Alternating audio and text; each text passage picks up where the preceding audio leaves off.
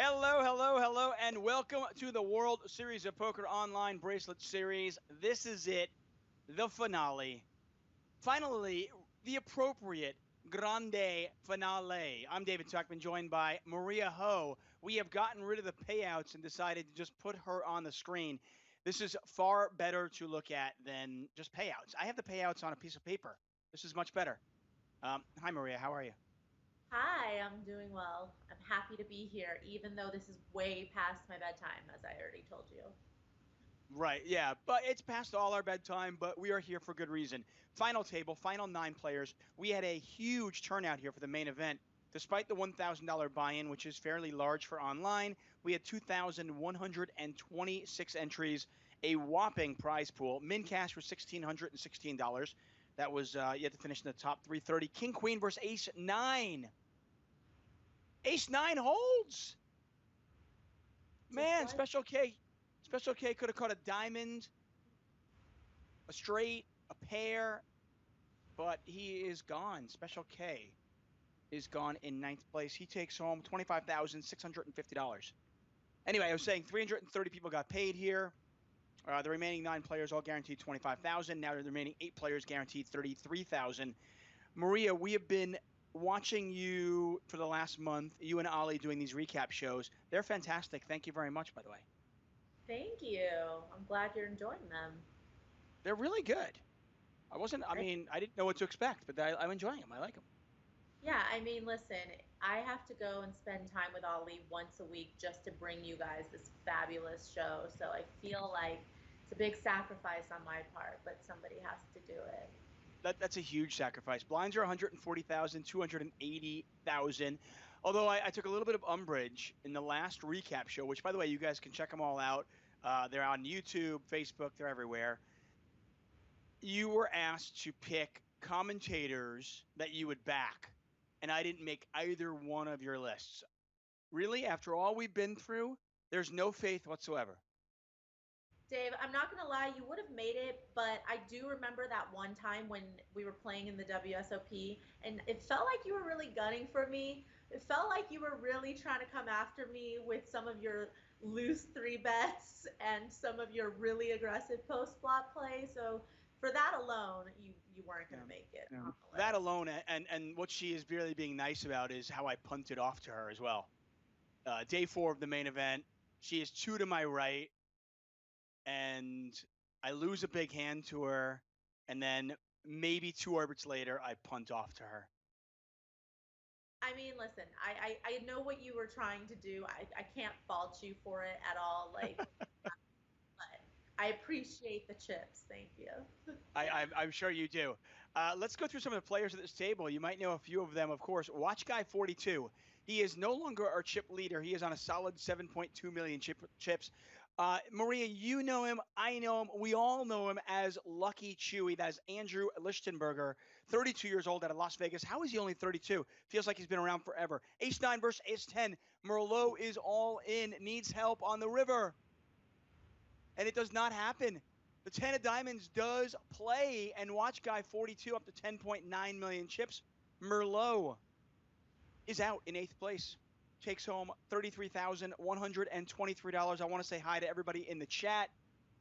Wicked 1 OJ, Voldog 69, PDX PBNY, James DeBear, Mike Munier, Norman Chad. Norman, go to bed. You're too old for this. Jalaz, Ladia Arcadia. Took me 31 events, but I finally figured out how to say your name, Ladia. All in here from Goat Playa. Have you been watching any of these, by the way? I have. I've watched a couple. Okay, same hand. Yeah, not so Nobody gets exciting. hurt. Yeah, I mean, going back to what we were saying about Lucky Chewy, I feel like the reason why we thought he was way older than that is because he's so accomplished. And, I'm not trying to be very biased here, but I have to say I am rooting for him. I think he's a great player, and he's a really nice guy. Yeah, he has a bracelet to his name. Back in 2016, he won the 3K No Limit Hold'em event for 569,000. That is just the tip of the tip of the tip of the iceberg. Maria, you're wondering where I was going with that, weren't you? Just a tip of the iceberg, as he has 10.5 million in live earnings total. So yeah, Lucky Chewy, just one of the most respected players in the poker community, and has been for so long. Seemingly a guy who has no warts, and I picture him playing poker with his legs crossed. I don't even know, like sitting with butterflies flying around his head as he's just meditating and playing.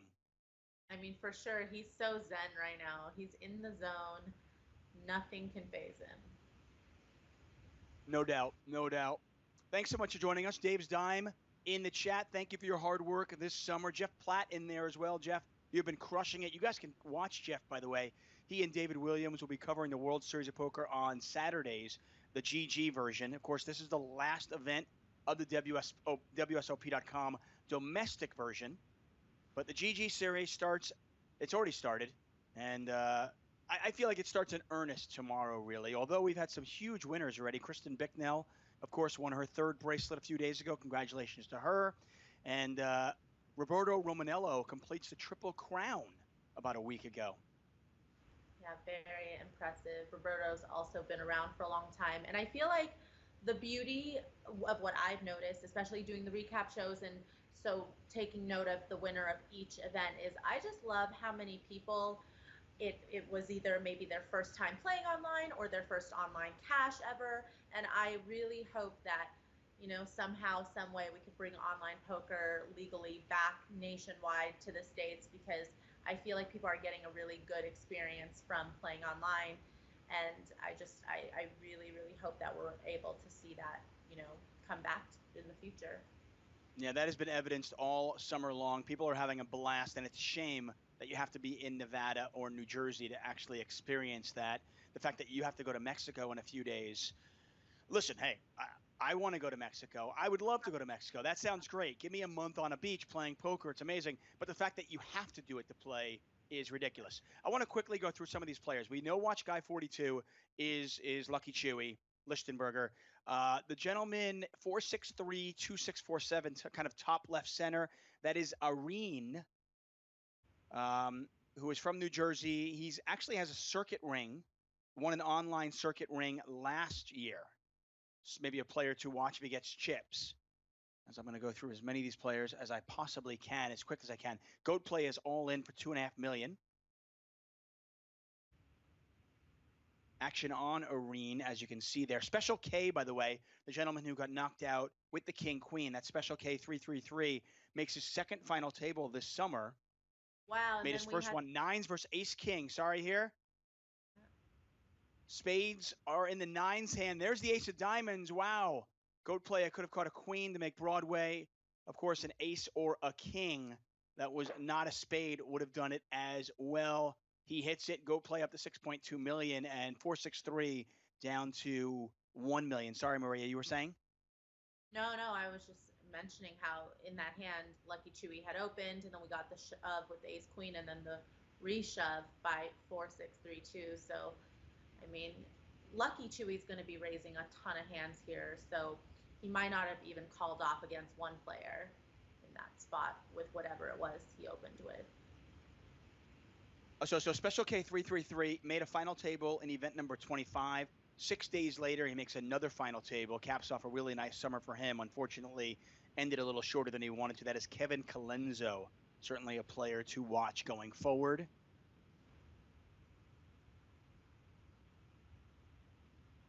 If you see anything interesting, feel free to say it while I try to look these people up. Two Rivers, we know nothing about Two Rivers. My apologies, Two Rivers. That doesn't mean that Two Rivers is not a really huge player. A few days ago, Samadhi won a bracelet against Ryan Leng, and we were kind of billing it as, oh, it's Ryan Leng against an amateur. Turns out Samadhi was Nick Binger. Yeah, you never know. Sometimes we just have to wait until tomorrow to find out the real names.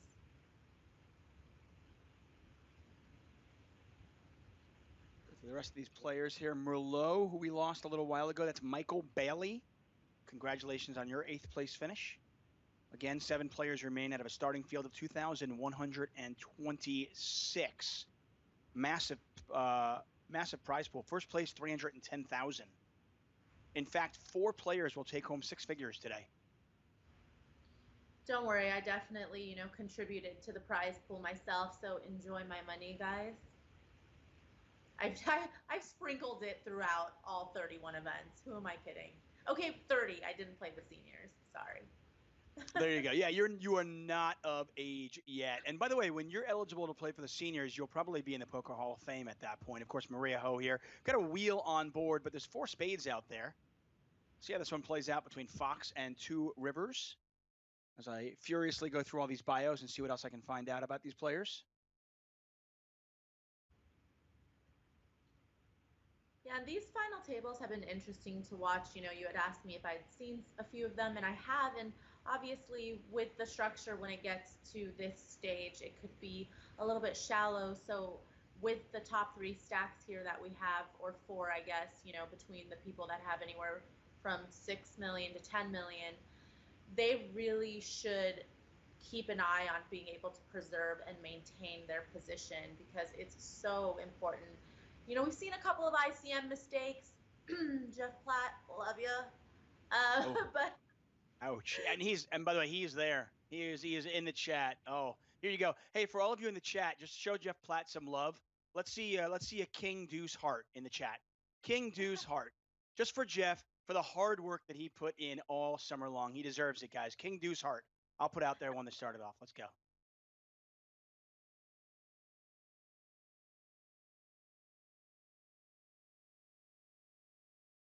oh, 9-10. Oh, wow. Does not get there. And Watch Guy with another punch out.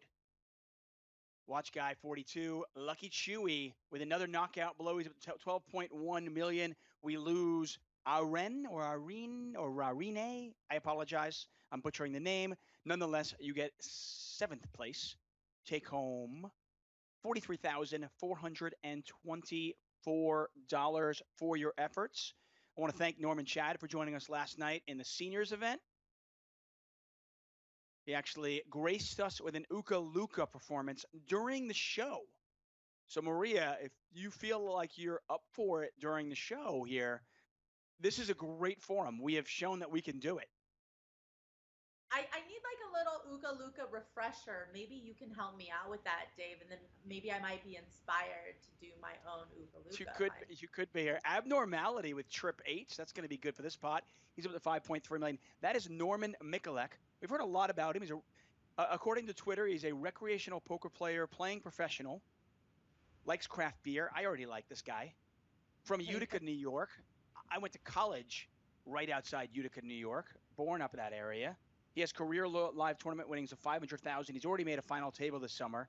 I believe this is his 6th cash of the series, including, of course, the one final table. Event number 24, he came in 6th place in that one. Ace, King, Queen, Jack. A queen or a jack will eliminate bubble a lot, and King of Diamonds gives him the full double to 4.6 million. So double for bubble.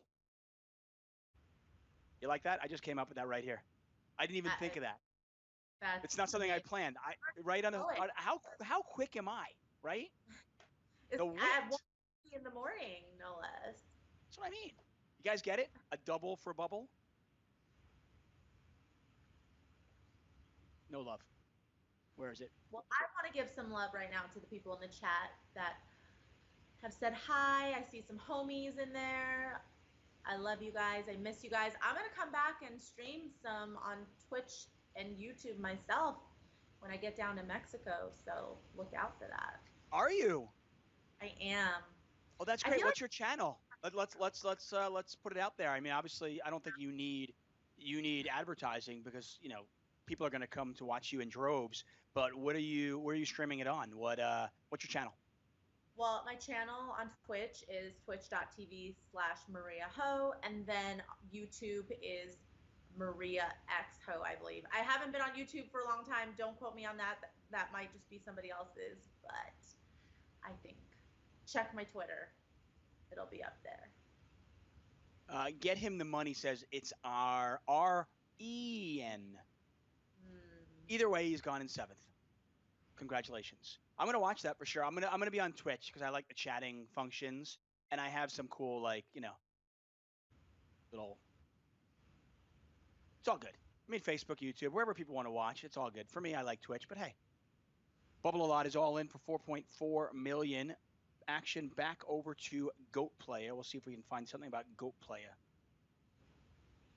Goat Player is Eden Sukhov, or Eden Sukhov. I'm not sure exactly how to pronounce that. He is from New York. Career live tournament winning, $71,000. Hasn't made much online either. This is his third cash of the series. Nothing really to speak of, but I got to tell you, if you're going to cap it off with this one, it's great. You know, Maria, we were talking about, you know, your lack of success during this particular series, which is strange because, you know, you've been playing as good as you've ever played. You know, I've known Maria for quite some time, and she's always been a crusher. You know, whether it's limit, no limit, whatever game you're playing, always crushing. So it's shocking to see you have a bad series. And normally, if you have a bad series, you would come on the show and I would make fun of you. But it's been so bad, I can't even make fun of you. I mean, and I appreciate the mercy, Dave. Let me tell you, it really has been that bad. I don't even mind. You know, normally I'd be like, yeah, Dave, it's okay. You could still rag on me. But I actually am happy that you're just going to give me a break here. That's what I mean. It was that awful that I can't even make fun of you. I mean, guys, don't misinterpret what I'm doing right now. What I'm doing right now is not making fun of her. I'm not trolling. This is me. I'm being generous. Okay? I mean, how many cashes did you get this summer? I think 3 or 4, but it was literally, they were all min caches, and I did play pretty much every event and with multiple rebuys, so it's not even anywhere close to me being anywhere in the black. Wow. I mean, so Norman Chad cashed for more than you did this summer. Wait, I thought he only cashed for in 3 events. Just 2. He was 2 for 2, but he came in 13th in one event. Oh, well, so I still had more caches. I mean, sure, I played like 30 of them as I mentioned, but I still have more caches. Like me and Norman Chad, I don't like the comparison. I don't like you telling me that No. Listen, like I said, normally I would be here making fun of you, but I'm not going to do that because it was such a bad summer. I feel like it would just be, you know, pouring salt on the wound. I'm not that kind of friend. I love you too much. I have far too much respect for you to even compare you to Norman Chad, who, by the way, was 2 for 2 this summer with a 13th place finish. But I'm not comparing you to Norman Chad. Don't think I am even for a moment. The Dylan, by the way, Abnormality, Norman Mikalek is going to win that one. Speaking of a different Norman, the Dylan 186 says, any way you can show players left, payouts, etc. It's either Maria or that. So we chose Maria. You guys could get rid of it. You can. I'm just going to let you know. I mean, the players that are left are actually on the table. This is it. It's the final table. There are no other tables. So this is the players left, and I have the payouts right here. First place is 310,000. Second is 192,000, 140, 103, so on and so forth. Okay.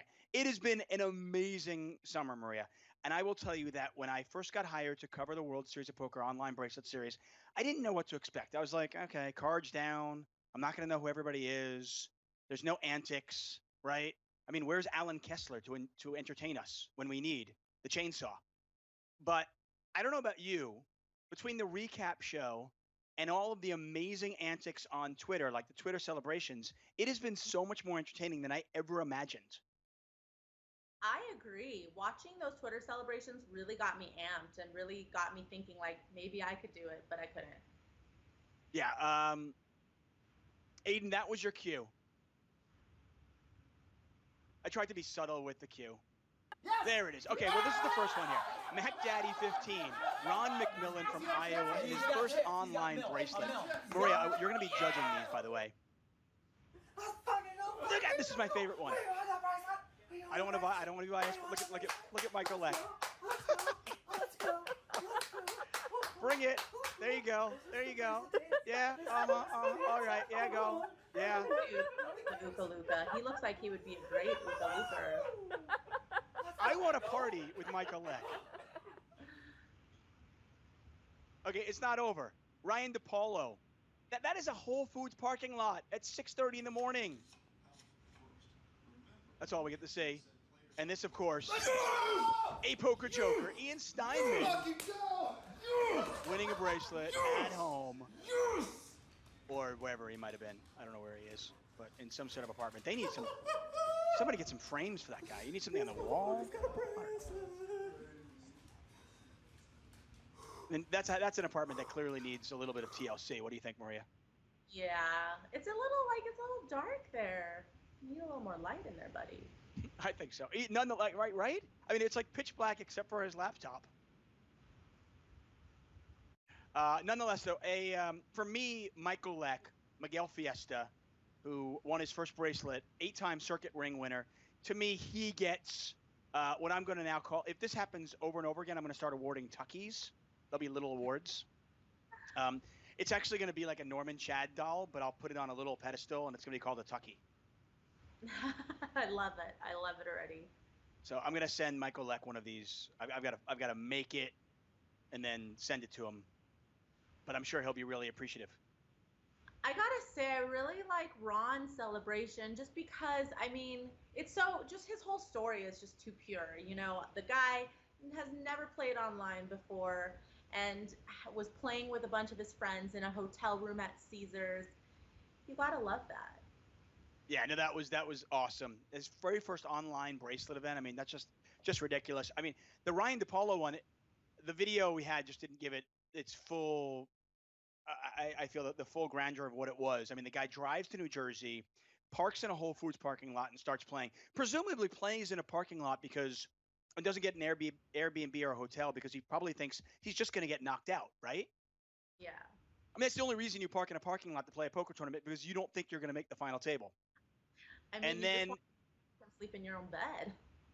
Right? And then, I mean, by the time he wins, people who are working at Whole Foods are pulling into the parking lot and walking in. He gets out of his car and he screams, I think, I am an effing legend, right? People in the walking in being like, what's up, dude? No, you don't understand. I just won 6 figures on a bracelet. I mean, that was awesome. But for me, Michael Leck wins the Tucky. I'm just going to put it out there for that. Well, here we are. We are 6-handed left. Maria, take us through the mentality of these players, where they're at from a money pay jump standpoint, from going after the bracelet standpoint. Well, now that some of the shorter stacks have been knocked out and the stacks have been consolidated a little bit, I mean, I think that there is going to be a little bit of a slowdown in terms of the bust outs and in terms of all of the shoves and the all-ins. But basically, people do want to ladder, of course, because of the bracelet being on the line. They want to play for the win, but you want to set yourself up to be in a position to play for the win. And you have to sometimes pass up on what would normally be a good spot in terms of calling it off or in terms of shoving, just so you can kind of survive and also preserve your chip position. Like the King Deuce call off by Jeff Platt. In that, if there were no ICM considerations, that's a fine call off to make. But at that point, he wasn't the shortest stack, and he had to really, I think if he just took a beat, maybe he would have just realized, okay, I probably have to just pass up on the spot, even though normally the call is fine here. And I think that these players will have to make those changes because a couple tables before this, they didn't have to think about that. But now the pay jumps are pretty significant. For what it's worth, by the way, obviously Jeff's taking a lot of heat about that call. He makes a final table at the World Series, pretty excited, calls off with King Deuce. For what it's worth, though, Jeff, I got your back. He did have the best hand. # results oriented. No, he absolutely did. And as I said, if there were no ICM implications whatsoever, blind versus blind with that stack size, I would have called off with his hand as well. But I do, of course, everyone should be excited when they make a WSOP final table. And I think normal situations where you might autopilot and be like, oh, well, I know that this is a call. You just have to kind of think about all the factors and the exact dynamic and various stack sizes in that situation. And sometimes it just takes that one extra minute to really, come to a different adaptive conclusion in your mind. Yeah, certainly a tough spot. Lance Bradley in the chat. What's up, Lance? Lance just does an amazing job just churning out content that is honestly just game changing. It's really good. It's one thing to put out, a good article, but Lance just consistently puts out great stuff. So you guys, shout out to Lance Bradley there. He says, a tucky, that sounds like what my nana would call a wedgie. And you know what? I think they're probably on the same level. By the way, Fox, who is in the hand right now with 2 rivers, that is Brian Kirchhoff from Las Vegas. Career live tournament winnings, just $20,000. Known online tournament winnings, $18,000. Obviously, there might be some stuff that we don't know about, but according to what we have, he has under 40,000 in total tournament winnings. Doesn't mean he's not a cash game crusher. We have no idea. 2.4 million in there between Abnormality, 2 Rivers, and Fox. Abnormality, again, is Norman Mikalek. Apparently a former financial analyst turned poker player. And pair 4s are going to hold here. Got to be thrilled if you're Abnormality and you got the showdown against 2 players with 4s. Yeah, that's a really nice pickup there. By the way, I don't know if you've seen it or not, but the Phil Hellmuth, Antonio Esfandiari heads-up match is live. It's out there. I think it's on YouTube. It's everywhere. And there's a moment where Antonio legitimately gets Hellmuth on tilt that is just gold. I just saw that clip today. It was great. Who would you like to see besides, okay, I'm not going to talk about the D-Negs, Doug Polk thing, because we talked about that. But for the heads-up challenge that we're watching that PokerGO is now putting out there, who would be your next 2 that you would love to see? Gosh, that's a good question. I mean, I'm just trying to think of the people that have had some long-standing rivalry. So maybe something like Tom Dwan, Isildur. I know they played a ton of hands back in the day, especially on full tilt and whatnot. I mean, who do you think Phil Ivey's nemesis was? Because I would obviously, Phil Ivey would love to see him play, would love to see him back, on a live stream playing. So I'm just trying to think who Phil Ivey would consider his. It's funny. His yeah, career. It's funny. I feel like Phil Ivey, when he was in his prime,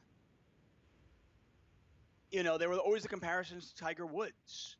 Because I think when Phil Ivey was in his prime, and I'm not saying that Phil Ivey's out of his prime now, but we just don't see him that much, obviously. But when he was in his prime, just like Tiger Woods, there was no rival. It was just, it was them and then everybody else. Yeah. Now, obviously, poker is such a subjective game, and the razor thin, margins of kind of like of error in this spot. But I don't know. I don't know who Phil Ivey's nemesis was, ever. In the nosebleeds, I know that the regulars that he played against were, people like Dwan and Antonius and Isildur and all of those. But I'm just not really sure if there was one person that really ever held over Phil Ivey. So I would love to watch him play. I just don't know who he would want to play against.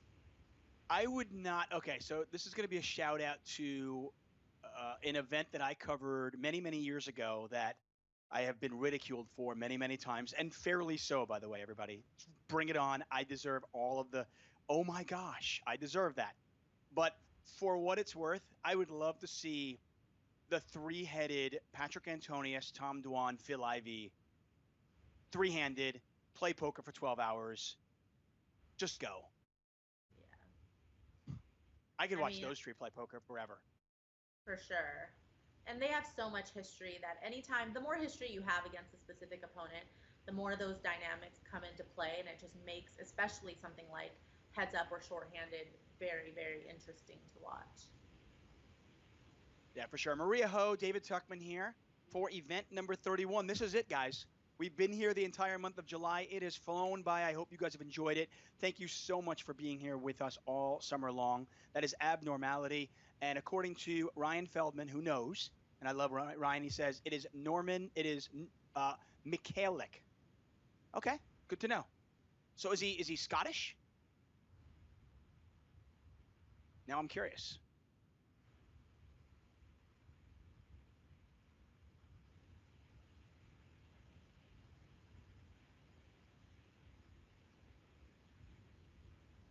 Action on Mikalek. Bet 780,000 into 3 million. So not a big bet. That's about a quarter of the pot. Very value heavy sizing there. I would assume that the vast majority of players today, and I know it doesn't always hold true. By the way, Abnormality, Norman Mikalek, is now our chip leader on 10.9 million. Lucky Chewy has taken a hit to his stack, doubling up a couple of players. He's on 6.6 million. I would assume that in a spot like that, where the bet looks so value-y, you're going to toss in the occasional bluff because you are getting a good price, obviously, to bluff if you size it there, and also you want to be balanced. Yeah, absolutely. I mean, you're going to see people show up there with bluffs, and in some ways, it's a cheap bluff to make when you go for that sizing. So if it doesn't work out, it doesn't really cost you that much, but it just kind of depends, on how you think your opponent reads that type of sizing, because some opponents might not be too aware of, oh, yeah, that looks like it's value all day. Some opponents might not even be able to pay attention to something like that in this spot, and they might just call off regardless. So it's also just kind of interesting how many players, when you get to a final table, I really don't like being at a final table when I haven't played against any of the players throughout, the last 4 or 5 tables, because I feel like I don't have any information or any real history of how these people have been playing up to this point. Although some people do sometimes tend to change up their strategy at the final table, but that's just... So I'm intrigued from your perspective, because I feel like your game has really evolved throughout the years. I mean, obviously you started out primarily as a live player, live limit, right? Yeah. Live limit player. But, in recent years, obviously, you've really, I know you put a lot of work into your game and you've studied GTO. So when you're playing online and you can't stare down your opponent, you don't know them, you can't start profiling right away, do you just kind of default to, GTO?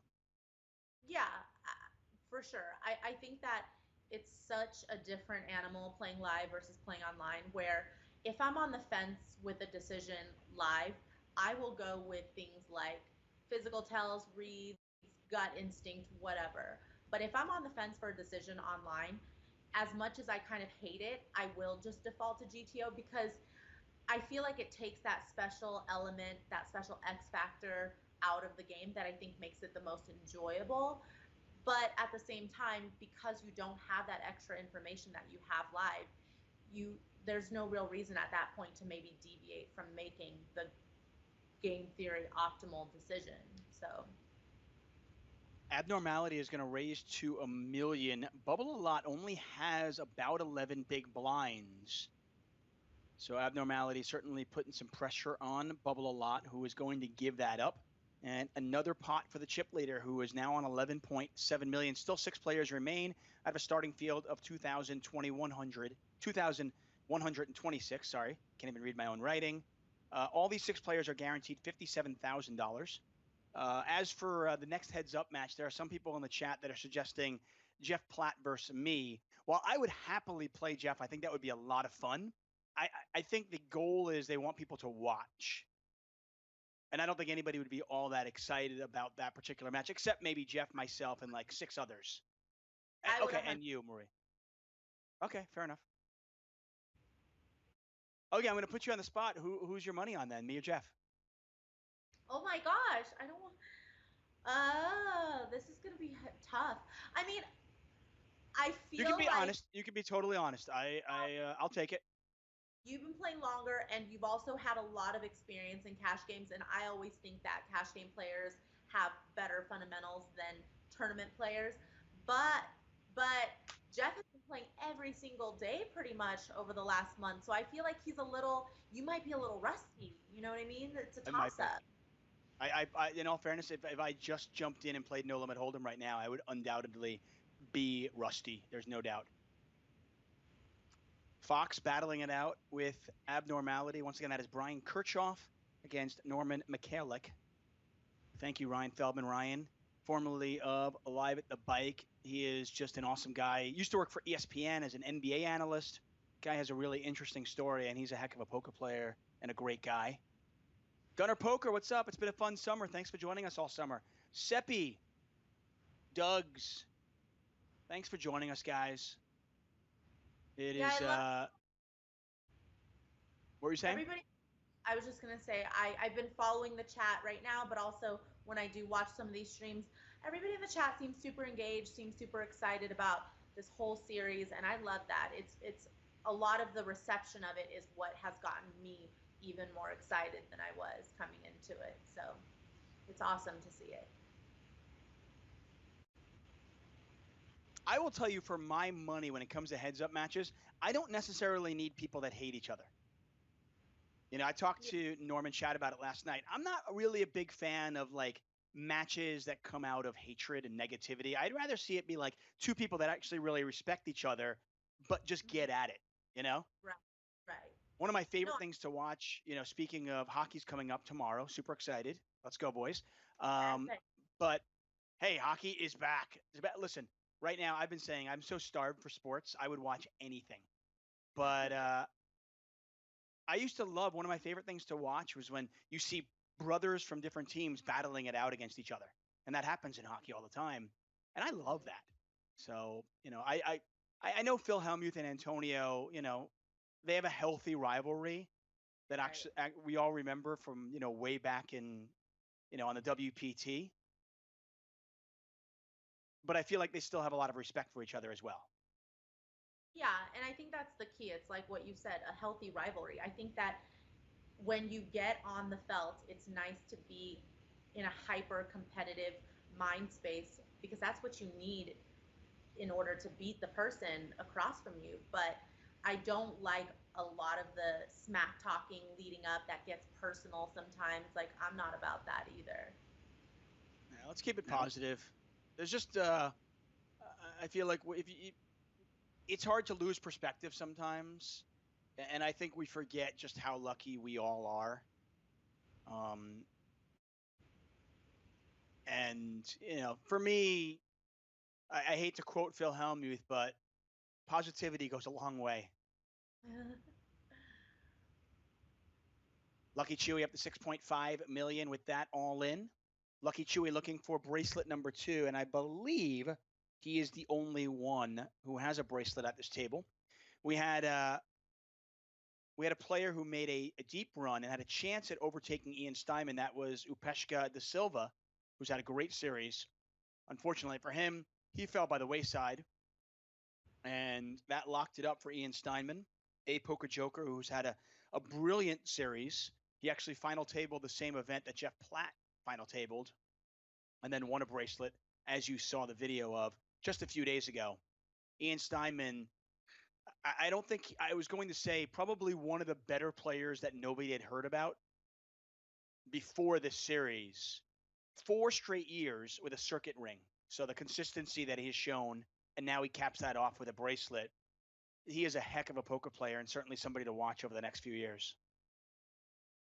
Yeah, I love it when those types of players finally have kind of their breakout or breakthrough moment because those are the kinds of grinders that I really respect. I mean, yes, you have those high stakes wizards that you hear about and that people love to watch, but there are people that are really grinding day in and day out, and the stakes and the accolades may not be quite as, you know, as universally renowned as like super high roller bowl, but that doesn't mean that they're not putting in the work. That doesn't mean they're not putting in the hours and just kind of waiting for that moment where, you know, now their name becomes more recognized. Yeah, there's a whole bevy of players that are phenomenally talented, but they stay out of the limelight. They play cash games, whatever it might be. Things have obviously changed today as they were, say, 15, 20 years ago. But I mean, I know a lot of people 10, 15 years ago that didn't want that. They wanted to stay out of the spotlight. Yeah. They just wanted to be an anonymous cash game player and just grind away. And What's up, Master Chess Dojo? And if you're not really playing for the glory, then it's kind of like it's actually good to remain under the radar. I don't think it's always a good thing that people know who you are or know how you play. I mean, the funny thing was the World Series of Poker, when it first started back in, obviously the early 70s, most of the top players, like the Doyle Brunsons of the world, the Puggy Pearsons of the world, their attitude was, hey, cool, let's have this series. It'll bring everybody to Vegas, and then we can build the cash games, and that's where we'll make our money. They didn't care about these bracelets. Doyle even comes out and says, he goes, if I thought the bracelets, if I knew the bracelets were going to matter, I would have gotten 20 of them. And frankly, he probably would have. Yeah. Especially back then.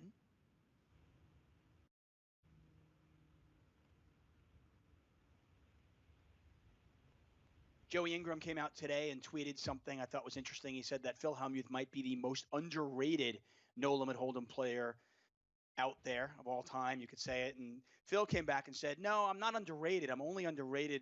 98% of people know that I'm really good. It's 2%. Now, they're very vocal in the poker community, but I probably agree with that, right? It's probably like 5%, 2%, something like that, around there. Yeah, I definitely agree with that. I think that the people that underrate Hellmuth are kind of the younger generation of poker players. But if you ask any person walking down the street that is familiar with poker at all, then Phil Hellmuth is synonymous with one of the greatest of all time. And that's just because, his resume obviously speaks for itself, and whether or not people want to say that he has deserved all of the success or not, I mean, I think that it's hard to really argue and dispute the fact that there are a lot of situations that Phil Hellmuth really, really excels in. And I've seen it firsthand. The way he plays against fields that are primarily composed of amateurs and recreational players is like nothing I've ever seen. He can just steamroll right through them. They play right into his hands. And that's not an easy thing to do. I find amateur players to be the most unpredictable players and at times very tough to play against. Yeah, no, for sure. Two Rivers now up to 11.9 million chips, making some noise. Unfortunately, we don't know anything about Two Rivers. The one play at this table we do not know anything about. Our apologies for that. We do have our research staff, a.k.a. Saum, on it, seeing if he can find anything out there. At the end of the day, if you're Phil Hellmuth, it's just a matter of scoreboard. I mean, as a New York Jet fan, I have been saying for the last 20 years that Tom Brady is terrible. And he's obviously awful.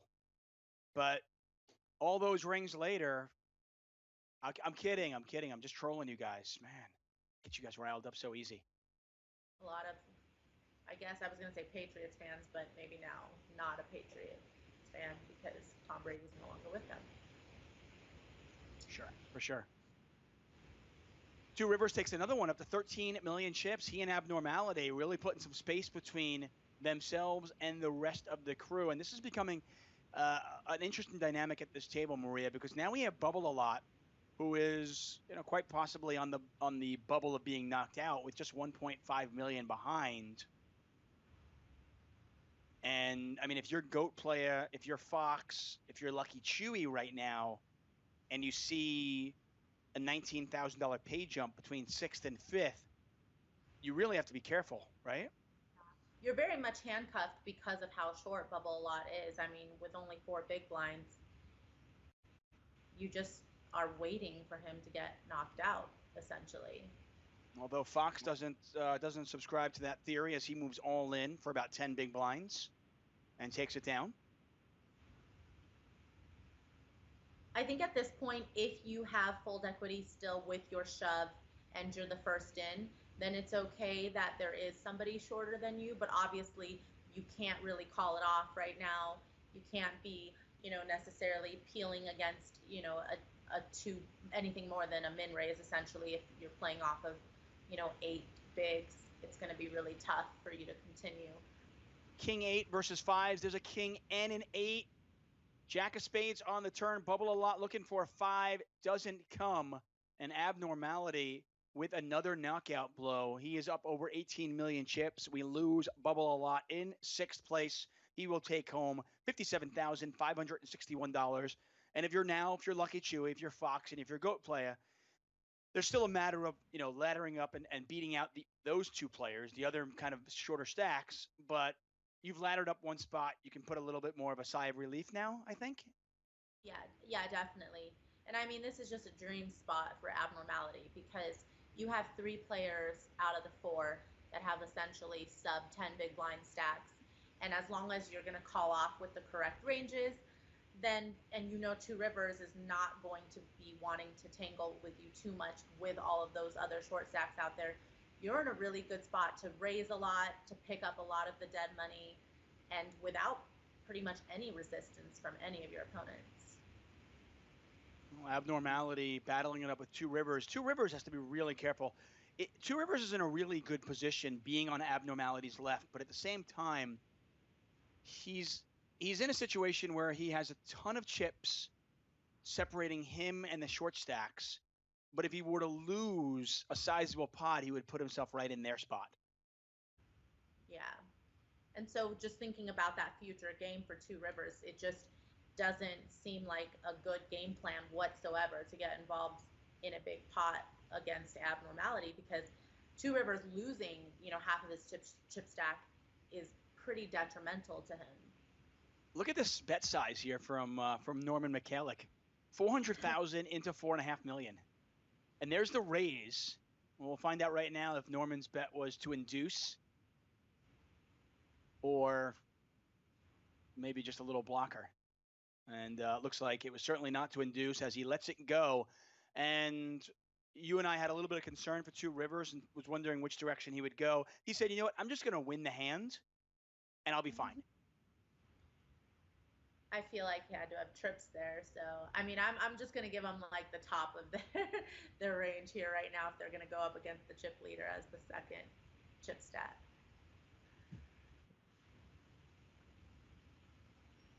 Shout out to Grateful Mouse, who is posting the payouts because otherwise they would have to get rid of me. Thank you, Grateful Mouse.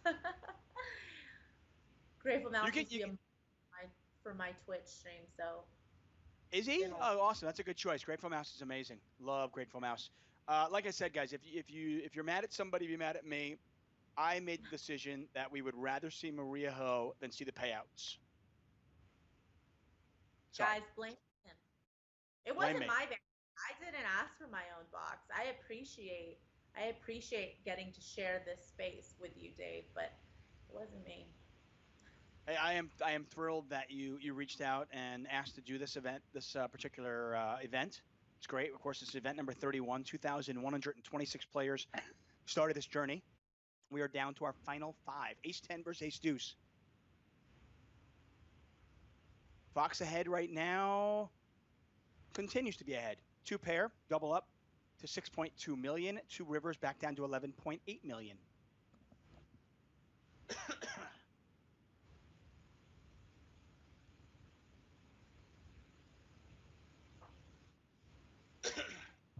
Float in space, you are right. Watch Guy 42 is Lucky Chewy. Andrew Lishtenberger with over 10 million in lifetime earnings. Won a bracelet back in 2016. Looking for bracelet number 2. Somebody in the chat asked, if you win a bracelet, is an online bracelet as meaningful as a live bracelet?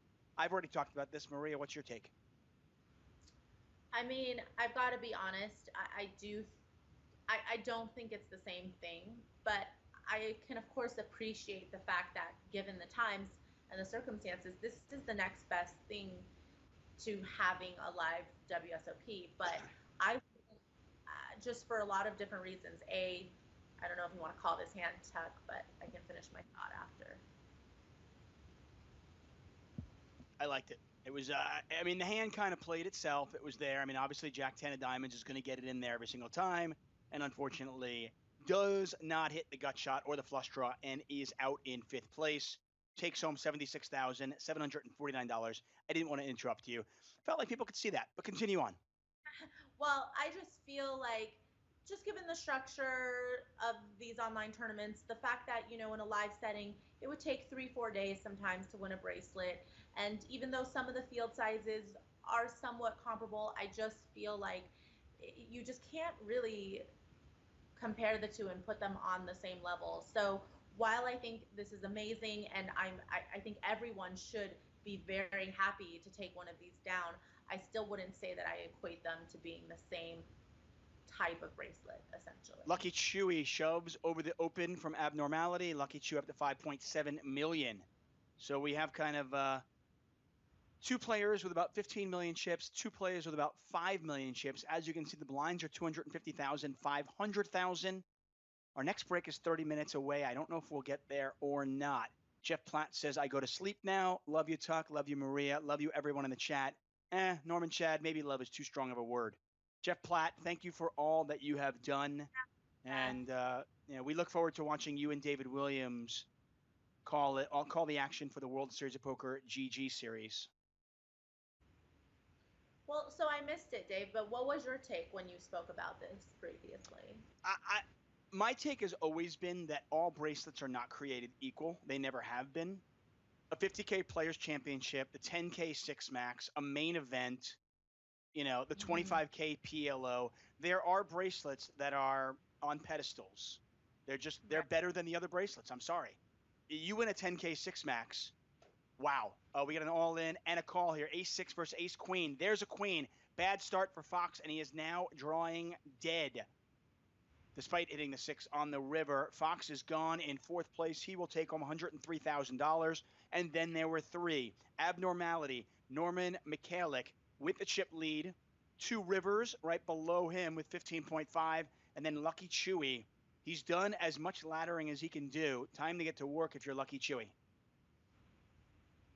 So my take very simply is that we got a raise here and a 3-bet. Very simple is that all bracelets have never been created equal. And I think that just continues with this. I don't think these bracelets are on par with, winning the 50K Players Championship. Sorry.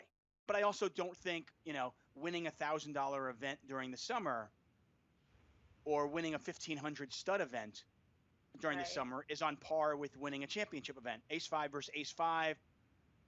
Neither player, I was going to say that Lucky Chewy was on a free roll with hearts, but obviously the turn changes that, and they just chop it up. So I think that just continues. Right. The one thing that has kind of caught my eye, though, is the amazing turnout that we have had for these events, considering that we're only in 2 states. And we're in the middle of a global health pandemic. I'm just wondering, let's say we added 2 more states to the mix, 3 more states to the mix, and we weren't in the middle of a health pandemic, so people felt a little bit better about traveling from state to state to play in this stuff. How big could these tournaments get? Yeah, and I mean, it just proves, because obviously WSOP.com has been around in Nevada and New Jersey for a while now before the WSOP Online Bracelet events happen. And so it just proves that the WSOP brand is still very strong, and there is this cachet that comes with playing for a bracelet, whether it's online or not, whether it's the same. Ace-3 versus 10. Sorry to interrupt you. 2 Rivers looking for an ace for the knockout blow. Neither player with a diamond in their hand. Clean run out, and watch guy 42. Lucky Chewy doubles up to 9.4 million. Continue, sorry. And now I just have to call it. You guys better watch out, because Lucky Chewy, regardless of him just having, 20 big blinds, is the most experienced player at this final table, and he knows exactly what to do. And I feel like this is his opening to potentially take it away from what looks like abnormalities. Although, let's not sell. I mean, listen, I'm not going to tell you that abnormality is on the same level as Watch Guy, but I will point out that Norman Mikalek has already made a final table this summer. This is his 5th cash of the series. He has $500,000 in live tournament winnings, and then he has another $500,000 on 888 New Jersey and other online sites. So you're talking about a guy who's done really well here. But Lucky Chewy's all in here. Ace-5 needs an ace on the river. That is not an ace. Another 9 there. Full house for abnormality. And everything we just said goes out the window as Lucky Chewy is gone in 3rd place. We couldn't hear you, Maria. Your sound kind of cut off. What were you saying? I was just saying, no more predictions from me. I mean, yeah, you literally, I think you put the jinx on him. You said it, and 2 hands later, he's gone. I wrote. That's terrible. So sorry, Chewy. Lucky Chewy with a 3-1 chip lead over 2 Rivers. Does he get his first bracelet here? Unfortunately, we don't know who 2 Rivers is. We do know abnormality is Norman Mikalek.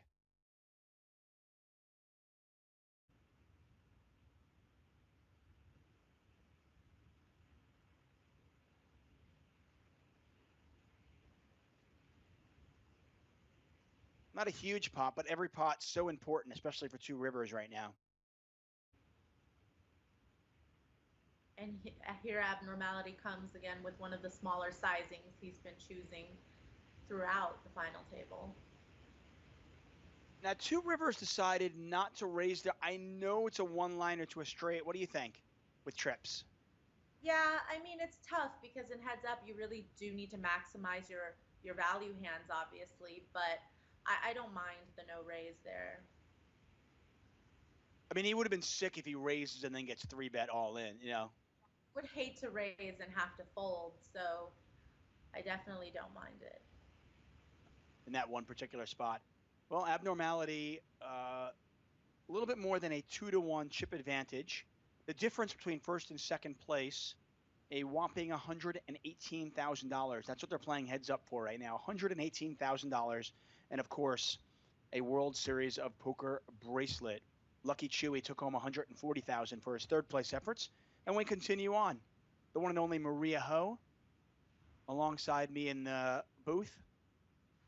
By the way, you have a very nice setting. I mean, I feel like you were just built to stream.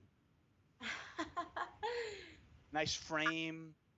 I mean, this like abstract painting, or I don't know what kind of what you would call it, but it's been nice. I feel like I've set up a nice little grind station for myself here. Do you have the DX Racer chair? Oh, I don't. I have another gaming chair that I bought online, but those chairs are very comfortable. Yeah, I stole mine. Oh, I got my Islanders jersey there. I got Islanders jerseys everywhere. I'm really excited, as you can tell. Yes, I can. I mean, I will tell you that this World Series of Poker series really coincided with the hockey. It's perfect. I couldn't. Whoever made the schedule, thank you very much. Well done, you. Yeah, this has worked out really nicely for you. Ryongston 115 says, I don't get the shove with ace-5 against the chip leader if you're Lucky Chewy. You want to, Maria, you want to talk him through that? What was the action? Abnormality opened and Lucky Chewy just shoved. Yeah. I mean, you're going to expect abnormality to be opening so wide in that situation as the chip leader that I just think that when you have a 20 Whoa!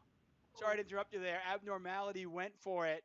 We had the four spades. He had queen 4. He had the 4 spades. Did not hit the straight. He goes for it. Two rivers makes a great call there. Obviously, fairly easy call considering what he had. But just a great spot for him.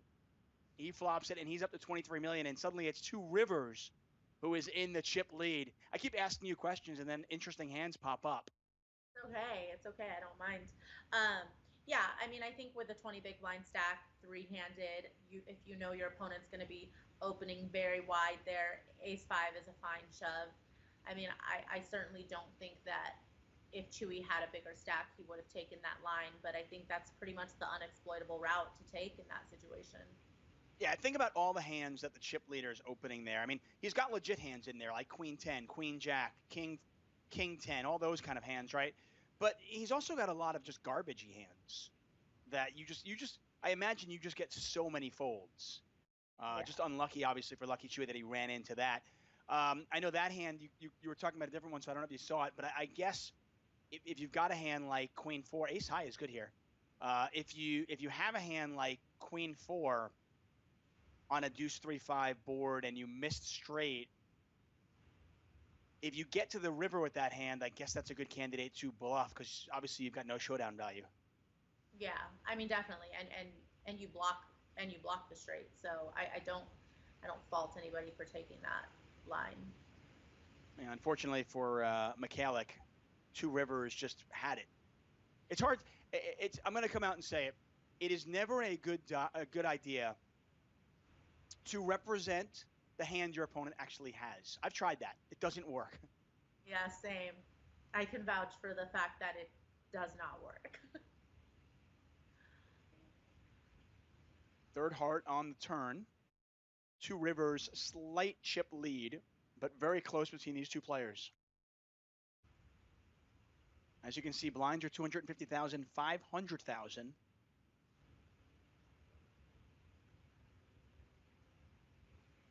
So these players, about 36 big blinds. the start of the hand, really actually closer to 40 big blinds, I should say. This pot is 13.5 million. Hearts got there. The straight draws all missed. And no slowdown from Two Rivers. He just continues to pile in. An abnormality folds, and suddenly it's a 2-1 chip lead for Two Rivers.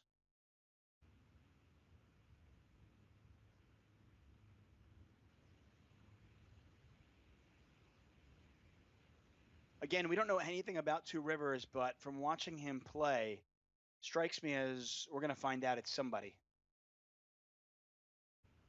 Yeah, I've definitely seen a lot of, reasonable showdowns and reasonable play coming out of Two Rivers. So I wouldn't be surprised if it was someone that has had quite a bit of results.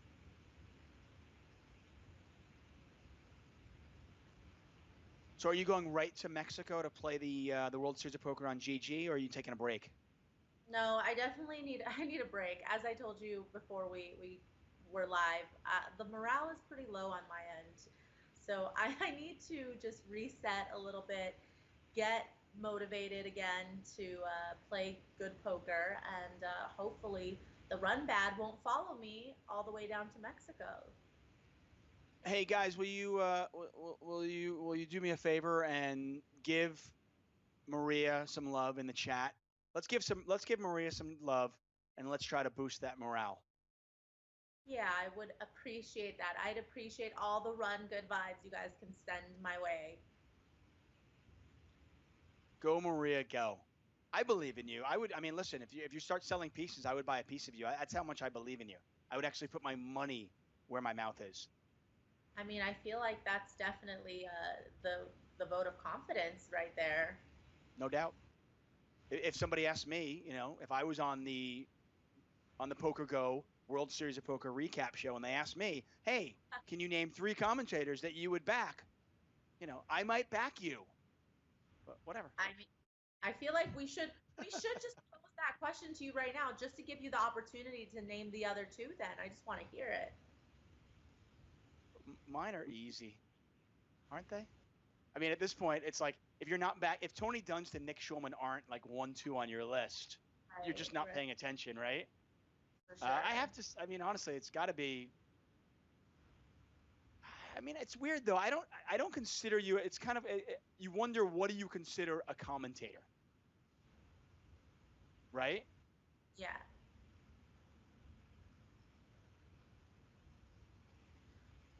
Clearly, Tony Dunst, obviously replacing the legend that is Mike Sexton. All in here on the river. There's the call, and wow. that's it. That is it. Two Rivers wins a bracelet.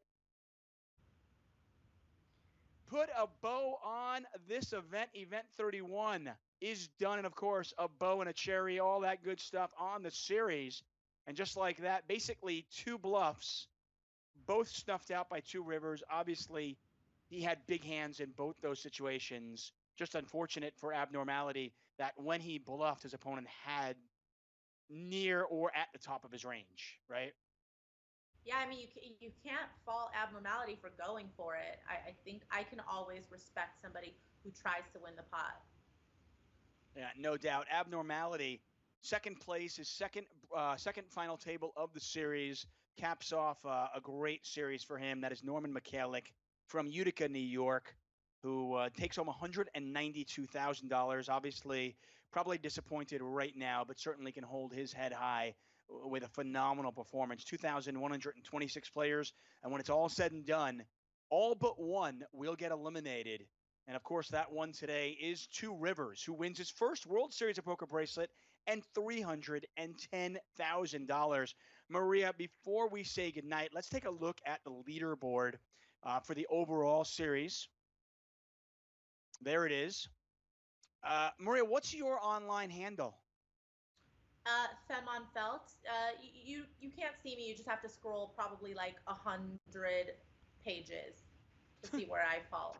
Hold on, I'll ask the producer. Aiden, can you scroll down to find Maria? No, okay. Yeah, unfortunately, our machine doesn't work like that, so we can't do that. That would have been great. Let's go through this list. I'm sorry, I had to do a little bit of Raz there. A Poker Joker 2, of course, Ian Steinman. What can you say about him? 4 straight years with a circuit ring. He caps that off with a bracelet this summer. 3 final tables this summer, and of course, first place in the 100,000 online bracelet series leaderboard, the player of the series. I'm sorry, Ryan Torgerson. He pulled off what it will forever now be known as the Ryan Torgerson, as far as I'm concerned, when he came in second place, and then in the next event, he wins it. 24 hours later, he wins it. If anybody ever does that again, I will call it the Ryan Torgerson if I am commentating. Bustin' balls, Robert Kuhn, the poker guru himself. He was hot as could be. Didn't look like anybody would catch him early on. He comes in third place. And then you see the rest of the list. Panoramic, we talked about that.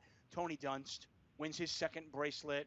Art Vandelay won event number 1, and he kept doing well. Fan of the poker, Joe McKeon finished as a very respectable 10th, winning his third bracelet this summer.